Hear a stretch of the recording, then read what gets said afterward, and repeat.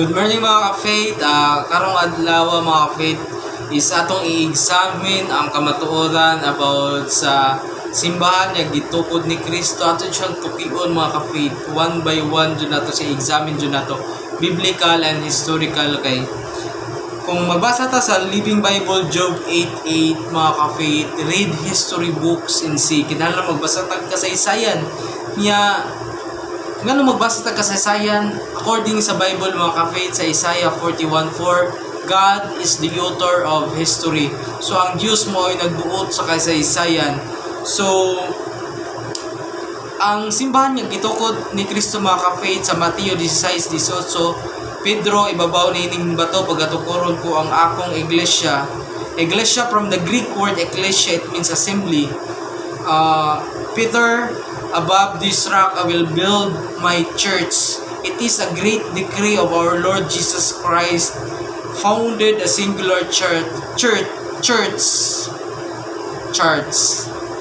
Founded a singular church founded by Jesus Christ. So singular, not plural.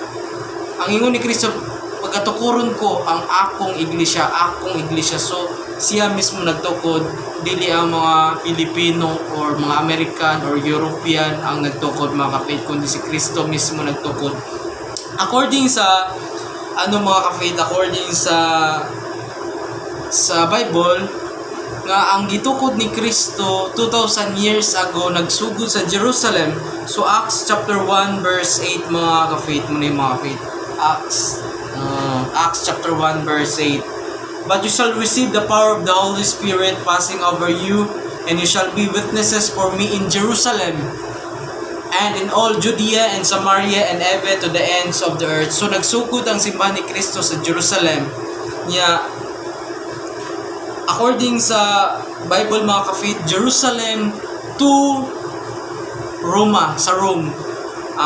Basahin na ito mga ka-faith, Acts chapter 23 verse 11.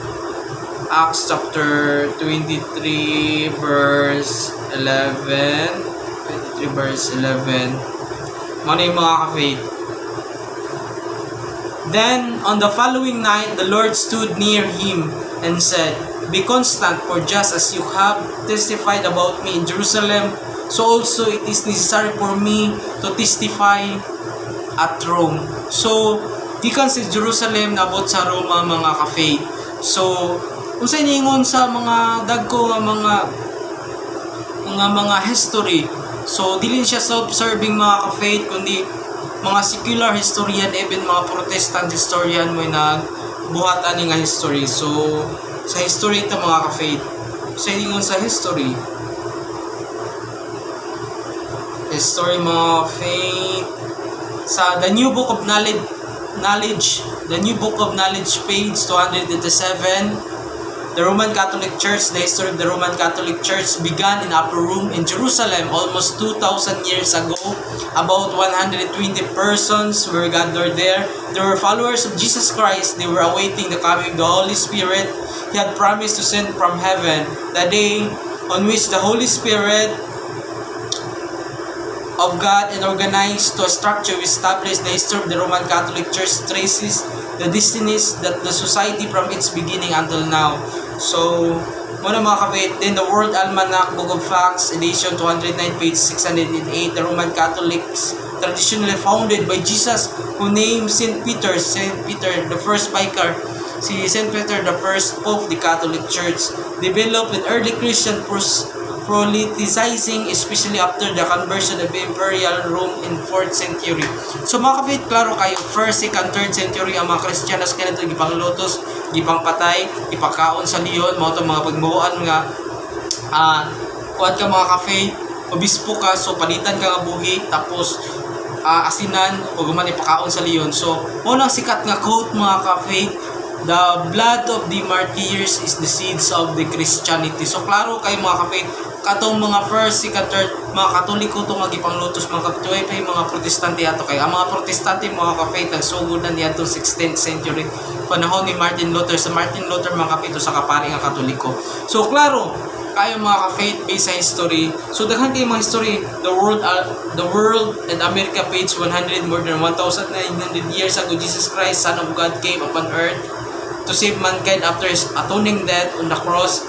He rose glorious and immortal before the living world and go to the Father. Our Lord founded Catholic Church and gave to the Church a command to teach all nations. So klaro kay mga kapit nga isang niyaw sa tibuok kalibutan. So ang simbahan is universal. So klaro sa Mateo 28:17 to 19 yung Jesus Christ mga kapit niya. Bunyagi sila sa ngalan samahan sa anak sa Espiritu Santo ug lakaw ka sa tibuok kalibutan. So klaro kay mga ka-faith nga ang kini nga simbahan mo ka-faith is klaro kay nga simbahan Katoliko. So mga ka-faith daghan pa kayo the New Webster. So Webster mga ka-faith is usahan ka protestante nga historian, pero ang say gigo ni mga ka-faith ni Webster sa dictionaries the New Webster Dictionary of English Language International Edition, page 155. Catholic of the original Christian Church before the schism between East and West of the Roman and Western Church after schism before the Reformation. So, klaro kay mga ka-faith, daghan ba kay mga ka-faith? International Encyclopedia, Young Student Encyclopedia Volume 17, page 261. So,